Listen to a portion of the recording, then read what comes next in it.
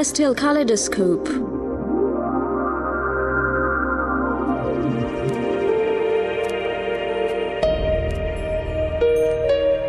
There were no wars, no suffering, and there was no love or wishes. Nothing brought any joy. People used to live eternally, and it happened at the dawn of time, when even the question when didn't exist.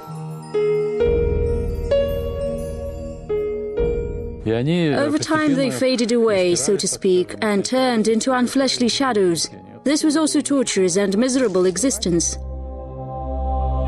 And the Great Tengri filled the agonizing existence with meaning and zest for life. Thus, according to the Turkic legend, time and the order of its changes have become known as the calendar. It is more known as the Chinese calendar, in which every year is governed by a certain animal. In fact, a lot of scientists discover some Egyptian and Japanese roots in it. The Turkic origin of the Chinese calendar, like a camel governing our life, and why the age of mushel is connected with Jupiter. This is our attempt to find the answer. Chapter 1. Jovian mushel. On the face of it, there aren't any similarities with the Egyptian calendar, but there is a version that in the 17th century BC, this ancient country was captured and for about 100 years was ruled by nomads from our region. The theory of connection of pyramids and yurts in terms of calendar times will surely enchant the audience, but climatic differences are a drawback. In the country of pharaohs, a year was split into 3 seasons lasting 4 months each. The Egyptians used Sirius, not Jupiter, for their calculations. Japan, as the country of possible provenance, can also be dismissed from the very beginning. The calendar came to Japan from China in around the 3rd century AD. But at first, let's have a look at what is this, or to be more precise, Tengri calendar. In fact, this is one of the most complex calendars. Altai residents called it mushel, the Kyrgyz referred to it as moshe, and the Kazakhs call it mushel. In fact, mushel is a combination of 2 words, which are mushe and in Turkic il or jil, which is a year or a part of it. Earthly life begins in the sky. The main Turkic landmarks are that the moon passes around the earth and the earth needs 1 year to circumflex the sun. Saturn needs a year for that and Jupiter needs 12 years. It's not a mere chance that its cycle is the basis for mushel. It is a common belief that Jupiter impacts the climate of the earth. Thawing, cold or drought, the nomad's life depends on natural whims. That's why mushel is sometimes called Jovian.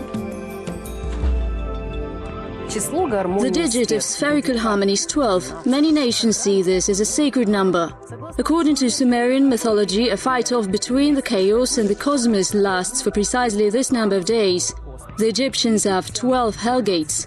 A dozen of gods sat solemnly on the Greek Mount Olympus. There were 12 Christian apostles. One can keep counting forever. Take a guess at how many daughters the Turkic god Izumai had. Of course, 12. All is simple, the vertical line of time and the horizontal line of space. The sun divides the year into 4 seasons and there are 4 cardinal points. The moon adds 3 phases to each season, including the beginning, the middle and the end, as well as 3 time spans, such as the past, the present and the future. And there are 3 worlds, celestial, terrestrial and underground. And the arithmetic is as such. You multiply 3 by 4 and get 12. In fact, this meant age of adulthood in ancient times. A person's average lifespan was not very long. That's why a 12-year-old boy was considered fairly adult to participate in military assaults and do farming. The Jovian dozen consists of 1 mushel. 5 multiplied by 12 will add up to 60 and will make a full mushel. A transition from one life cycle to another is mushel jas, meaning full renewal. It's a time when a person should be particularly careful of themselves. Because for some reason, this is a physiologically critical year. There is a custom according to which when people come out of or go into mushel, they have to make presents and give out personal belongings to relieve themselves from the burden of their past. Interestingly, mushel cycles coincide with hormonal realignment. The age of 13 is the time of puberty. At 25, the growth hormone stops secreting. At 37, people normally have a midlife crisis, and at 49, reproductive functions stop operating. Hormones govern human life, modern doctors say. At this transformative time, the future of the next cycle is formed up, so every action might be decisive, ancient philosophers say.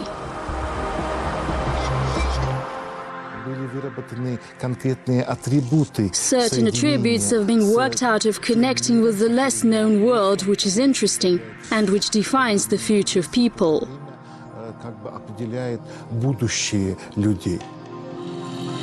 At the age of mushel, it's important that one acts according to the Tengri commandment, that who struck with a stone should be fed, and then the eternal spiral of time will mandatorily neutralize the evil. Chapter 2. Stellar Zoo.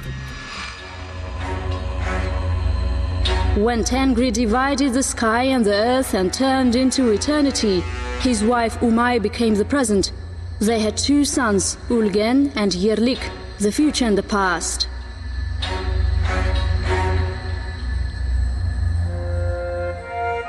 A myth is a source of reference. A mouse opens both the Chinese and the Tengri calendars. There are a few legends on this topic. They are similar in principle but have different details. The senior Altai deities got tired of earthly confusion and they decided to put some order in its affairs. They halved 12, making the animals rule over one half of it that was created by the god of the underworld Yerlik. The other half was governed by Ulgen, the god of light. They arranged a meeting on the bank of Katin river and called the animals. The time of the animals' arrival determined the year they took to govern. The ox was the first to swim across the river. On top of its head sat a mouse, and the mouse was the first to have jumped off on the bank. Mahmud Kashgari recorded one of the versions of this legend. The Turkic Khan wanted to know the date of a war which had taken place long before his reign. The wrong year was announced. To avoid any further rigmarole, he wished to name the years according to the animals which had crossed the river of time. But there is a significant detail. Mahmud Kashgari says that the animals had been crossing not Katun but Ili River. The mythology of old Turks is rooted in the Bronze Age. It originated in the epoch of early Neolithic age, exactly in the region of our Kazakhstan, and precisely in Altai, all this mythology was reflected in cave drawings.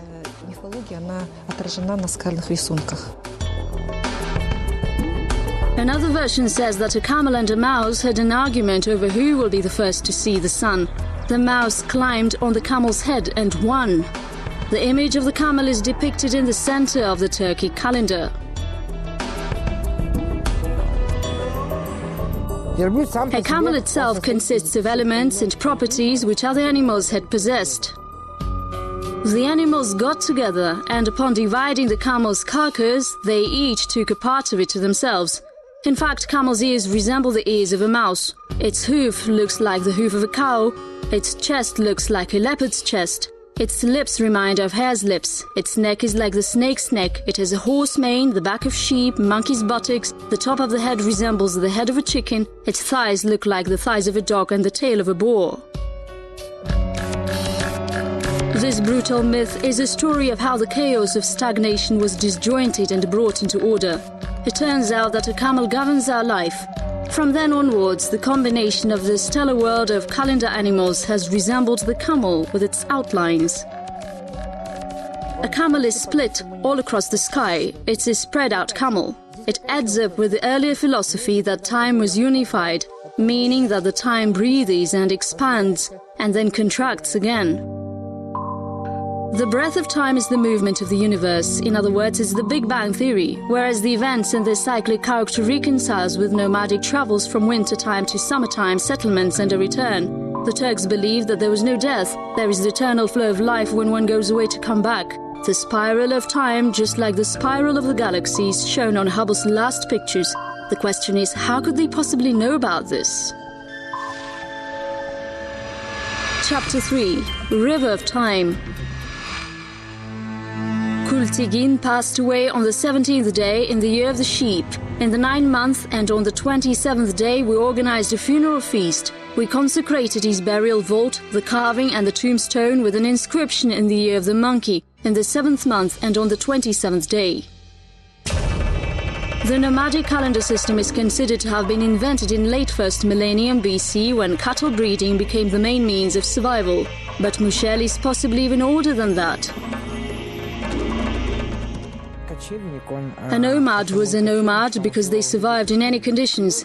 He lived equally well in any natural cycles in winter, in summer, in autumn. The Chinese thought of it differently. For them it was the start of field work or the end of field work and so on. Even though the calendars were alike, they were used for different activities. Star-based orientation is important for a nomad. Every so often it came in handy when trying to protect oneself from heat or to survive in harsh conditions.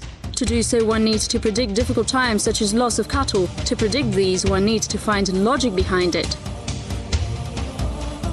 The universe which surrounded people always attracted the nomads. In this changeable world, there is just one constant coefficient. This is the stars. Nomads observe them without coming out of their yachts. The opening in the yacht, known as Chandrak, was a great substitute for astronomical devices. It was actually a portable planetarium. At night, the dome perches help to determine where the stars are moving, and during the day they help to find out how the sun ray moves around. By looking at the sun, a nomad determines when it appeared on the horizon and when it will disappear. And accordingly, he will rearrange his activities, his travels, stopovers, departures and meetings. In other words, he uses the sky exactly the way a European person uses their pocket watch. At the same time, a person living with nature has to rely on animals because their sense of smell is better developed. For Kazakh cattle breeders, animals are their first friends, and secondly, they are their internal companions. Perhaps in China, the calendar appeared together with Buddhism in around the 1st century BC. Interestingly, Buddha Shakyamuni, the founder of the studies, is the lion from the Saka clan, apparently came to India from Central Asia, as a common hypothesis suggests. According to another version, this entire celestially animalistic kaleidoscope was borrowed from the Turkic clan Hunnu in the 3rd century AD.